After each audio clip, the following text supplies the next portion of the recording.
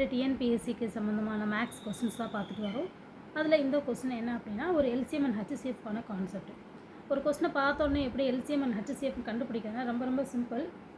So இங்கே என்ன கொடுத்துருக்காங்கன்னா, ஒரு பெல் வந்து 9 மினிட்ஸுக்கு ஒன்ஸ் வந்து அடிச்சுட்டே இருக்கும், இன்னொன்று 12 மினிட்ஸ், இன்னொன்று வந்து 15 மினிட்ஸ்.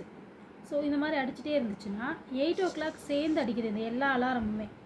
அப்போ 8:09க்கு இந்த அலாரம் அடிக்கும், 8:18க்கு இந்த அலாரம் அடிக்கும், 8:12க்கு இந்த அலாரம், 8:24க்கு.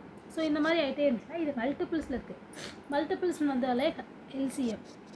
ஸோ அப்போ நீங்கள் என்ன பண்ணணுன்னா, இந்த 9, 12, 15 இது எல்லாத்துக்கும் எல்சிஎம் கண்டுபிடிக்கணும்.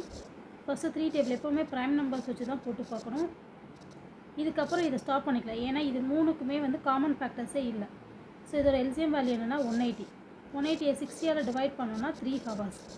அப்போ 8 + 3 = 11 o'clock தான் வந்து இது செகண்ட் எல்லா அலாரும் சேர்ந்து அடிக்கும்.